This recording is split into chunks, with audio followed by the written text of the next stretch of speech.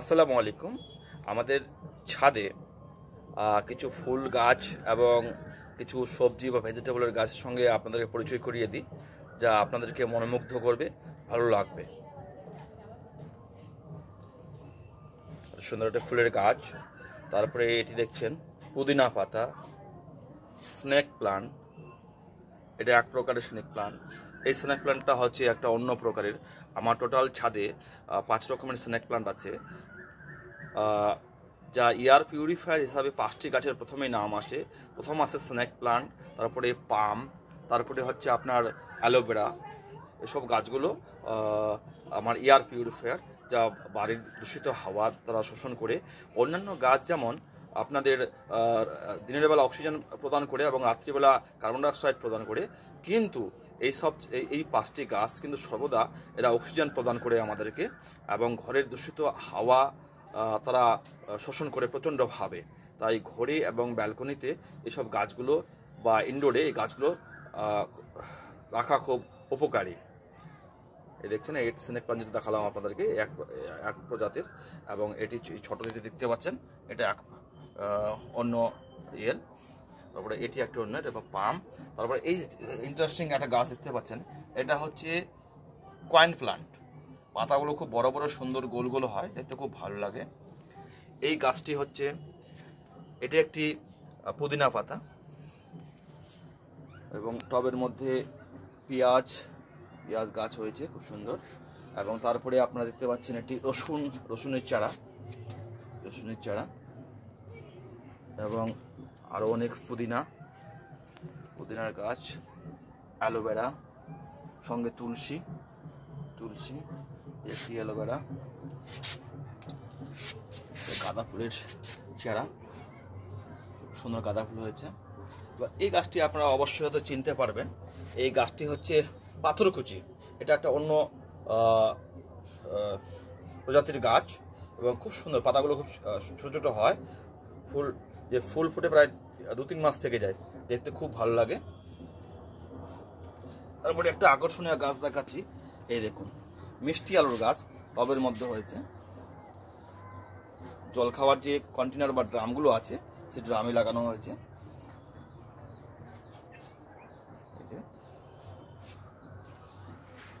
বেলি ফুলের চারা, কাগজি লেবুর গাছ, এই যে লেবু ধরে আছে, এই দেখতে পাচ্ছেন লেবু, শাক, টমেটো। দেখুন, আমার হাতে টমেটো গাছ লাগানো। আমি কলকাতা পুলিশে কাজ করি, খুব একটা গুরুত্বপূর্ণ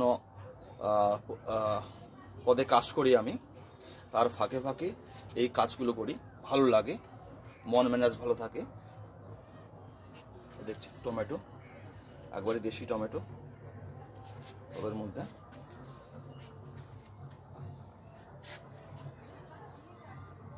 তারপরে চলে আসুন আমাদের ড্রাগন। দেখুন,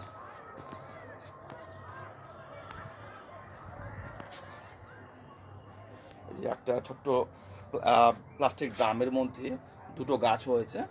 এই গাছগুলো দেখুন, উপরে রড দিয়ে তোলা হয়েছে, আটকানো হয়েছে রড দিয়ে। এবার সামনে শিওর আমি যে মার্চ এপ্রিলে ফুল আসবে এবং ড্রাগন ধরবে। তারপরে ছোট ড্রাগন চারা লাগিয়েছি, এই গাছ থেকেই নেওয়া, এই যে ড্রাগন গাছ, এই যে দেখতে পাচ্ছেন এই যে। আর এই ড্রাগন গাছগুলো চারা আমি উত্তরপ্রদেশ থেকে নিলাম অনলাইনে, ফ্লিপকার্টের মাধ্যমে।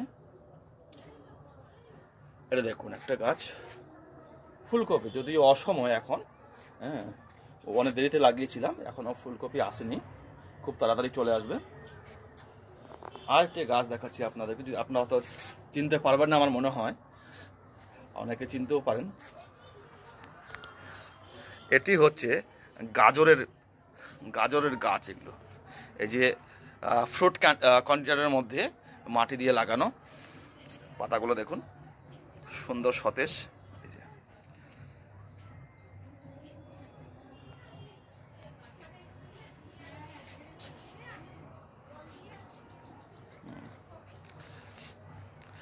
আর একটি আপনাদের গাছ দেখাবো, যেটা হচ্ছে অস্ট্রেলিয়ান মাস্টার্ড।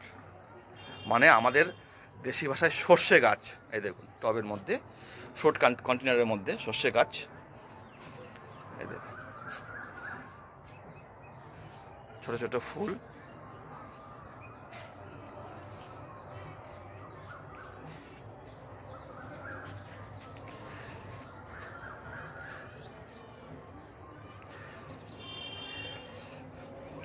কাজের ফাঁকে আমি এইসব কাজগুলো পরিচর্যা করে থাকি, সঙ্গে অবশ্যই আমার মিসেস আমাকে হেল্প করে, নাহলে সম্ভব হতো না।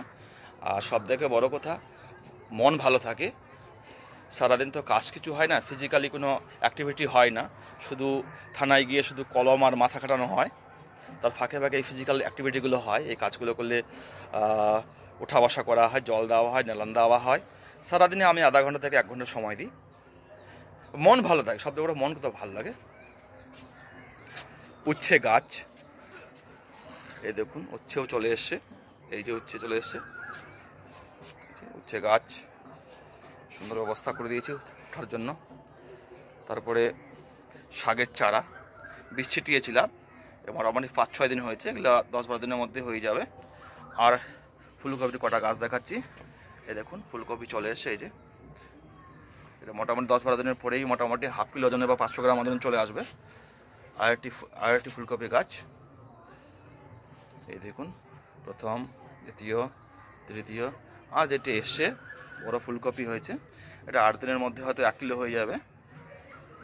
সবে 7 ডেজ হয়েছে। এটি তো চলে আসবে যখনই ফুলকপি ছোটো পাতা বেরোবে, জানবেন যখনই চলে আসবে ফুলকপি পাতা ছোটো চলে এসছে। যদি এটা এখন সময় নয়, তবুও আমি চেষ্টা করছি কী করে ভালো এবং বড় আকারে পাওয়া যায়। আর এই শাকের গাছ দেখুন, এই যে বড় হয়েছে, 2 দিন গেলে বড়গুলো তোলা যাবে।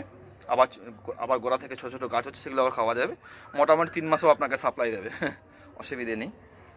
বাড়ির টবের শাক ও টেস্টই আলাদা, সম্পূর্ণভাবে জৈবিকভাবে চাষ করি আমি।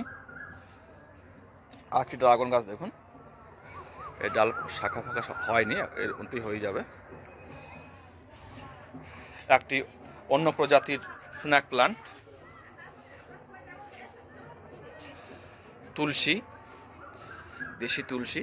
এই দেখুন 2টো গাছ আছে পরপর।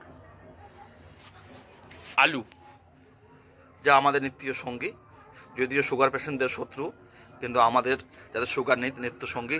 আলু ছাড়া কোনো সবজি সম্ভব নয়। হ্যাঁ, আর যদি দেখেন আলু চলে এসে দেখবেন, দেখাচ্ছি। এই যে আলু, এই যে বেরিয়ে গেছে, অনেক বড় সাইজের আলু হয়ে গেছে। কটা ড্রাগনের চারা,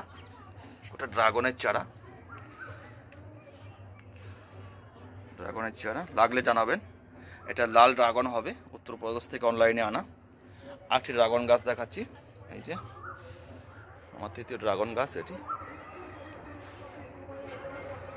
এখন সন্ধ্যাবেলা একটু কালো কালো আসছে, করার কিচ্ছু নেই।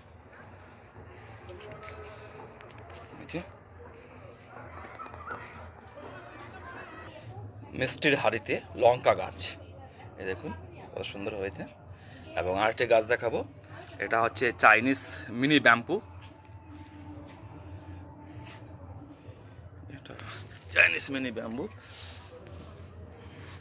দেখতে খুব সুন্দর লাগে গাছটি। আর অন্য এক প্রজাতির স্ন্যাক প্লান্ট। টোটাল আমার 6 রকম জাতের আছে। এই একটি এবং এই কটি আছে। আর একটি আছে আপনার পাথরকুচি ফুলের গাছ, গোলাপ, আর একটা স্ন্যাক প্লান্ট, পাতাবাহার। আর সব থেকে আমার বড় যেটি আপনার পাথরকুচি, দেখুন আপনাকে মনোমুগ্ধ করবেই, ভালো লাগবেই। ওর সঙ্গে জবা।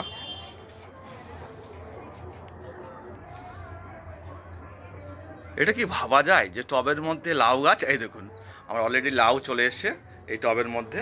এই যে টবের মধ্যে অলরেডি আমার লাউ চলে এসছে, দেখুন এই যে লাউ, কি দারুণ লাগে না? টবের মধ্যে যখন 500, 1 কিলো, 2 কিলো ওজনের লাউ ঝুলবে, হেভি লাগে না? দেখুন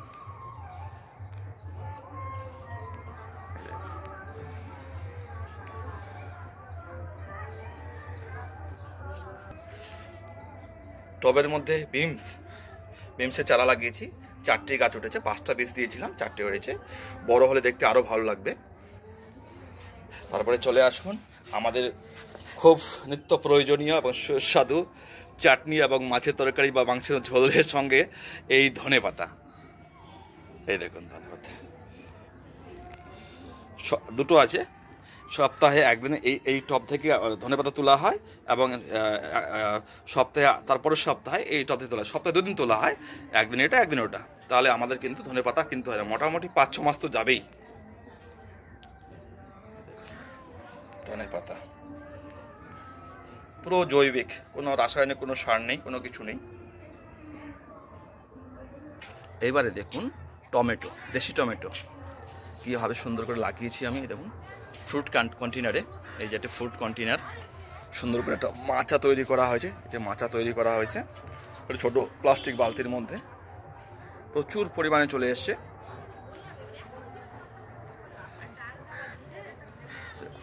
এই দেখুন, আপনাদেরকে উৎসাহিত করবেই এই সুন্দর ছাদ বাগানে কীভাবে টমেটো আমি চাষ করছি। দেখুন ফ্রুট কন্টেনারে, দেখুন এই গাছে ফুল এসছে, এখনও টমেটো আসেনি। এই গাছে দেখুন ছোটো ছোটো গাছে কত টমেটো এসছে এবং কি বড় বড় সাইজ। 50 গ্রাম করে অলরেডি হয়ে গেছে, 100-150 গ্রাম 200 গ্রাম পর্যন্ত এই টমেটোগুলো হয়, কিন্তু দেশি টমেটো।